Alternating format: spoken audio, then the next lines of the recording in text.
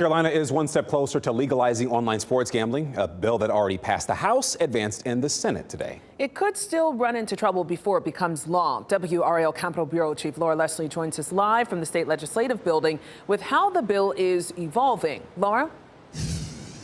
Lena, the version of the bill that passed the Senate committee today does make a couple of changes. Number one, it gives the state a bigger cut of the proceeds from online gambling.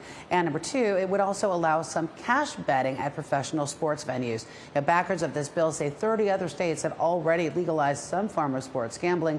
It's time for North Carolina to catch up.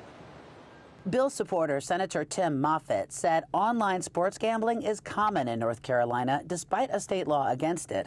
He said the state is missing out on revenue by failing to tax it. So this is not legalizing it in as much as it's taking place. This is just recognizing that this practice exists.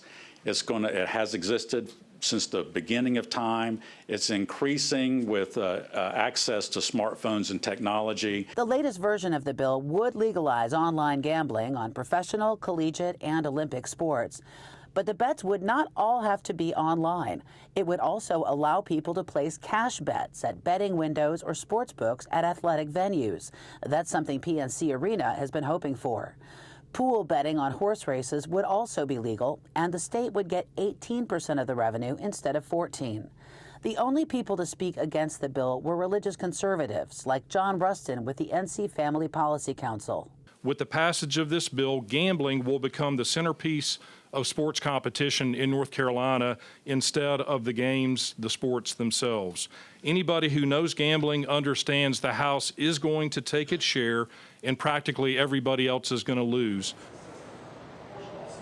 The bill did pass the Senate committee this afternoon, but it was not a unanimous vote. It's expected to reach the Senate floor next week. If it passes there, it goes back to the House, where the lawmakers in the House may have some issues with some of the changes the Senate has made. Lena?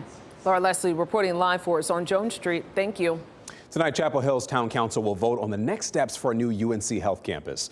UNC's East Town campus has just one building, at least for now. It's at the corner of I-40 and 15501. The health system wants to expand, adding several new buildings over the next 25 years. First, they need to rezone the property. Town Council will take up the idea during tonight's meeting, and that starts at 7 o'clock. Rocky Mount City Manager shared his proposed budget. He says it does not raise taxes while establishing priorities for the city's growth. WRAL's Keenan Willard shows us how the plan responds to a call for pay equity from some city employees.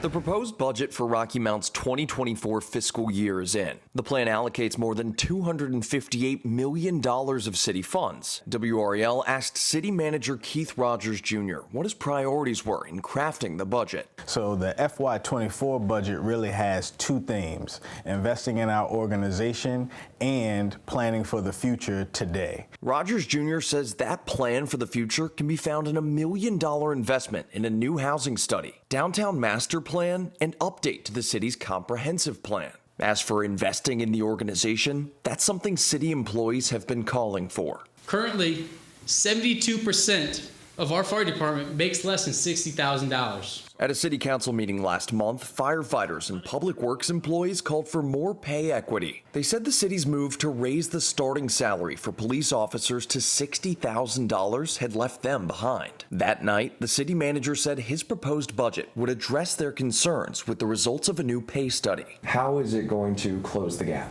So what I can say is that for the average salary for our firefighters, we'll move to about $55,000 a year, which is well within the market for organizations of our size. The proposed budget would also make changes to utility prices. Households would pay just over $3 more for water and sewer each month. Rogers Jr. says those increases were recommended by a utilities cost study last year. He also says the new budget would avoid a key price hike for residents. We were able to balance this budget without a property tax increase. That's first and foremost. Keenan Willard, WRAL News, Rocky Mount.